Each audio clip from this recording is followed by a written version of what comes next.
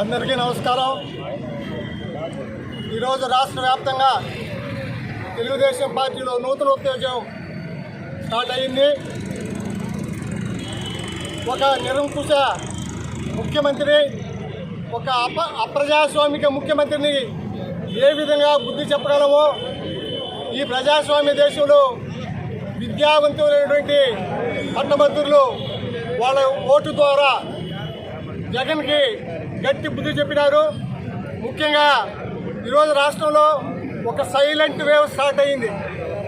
దానికి ఉదాహరణే ఈరోజు ఈ పట్టభద్రుల ఎన్నికల్లో మామూలు మెజార్టీ కాదు, బ్రహ్మాండమైన మెజార్టీ.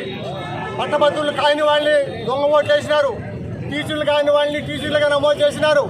అదేవిధంగా తెలుగుదేశం పార్టీ ఏజెంట్లే మరి పోలీసులను ఉపయోగించి బూతుల్లో ఉంచి లాగినారు, కొట్టారు, కేసులు పెట్టినారు.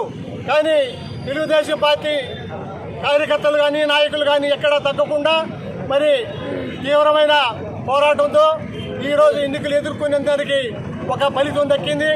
గ్రాడ్యుయేట్లు వాళ్ళు విచక్షణ ఓటు ఉపయోగించి ఈరోజు గట్టి గుణపాఠం చెప్పారు.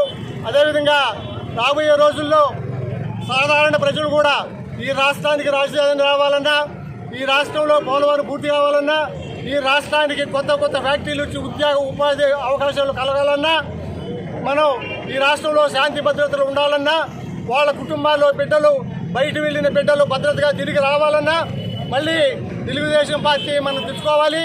చంద్రబాబు నాయుడు నాయకత్వాన్ని మనం మళ్ళీ ఈ రాష్ట్రానికి ముఖ్యమంత్రిగా ఆయన చేయాలని చెప్పి ఈ ఎన్నికల ద్వారా నిరూపించినారు.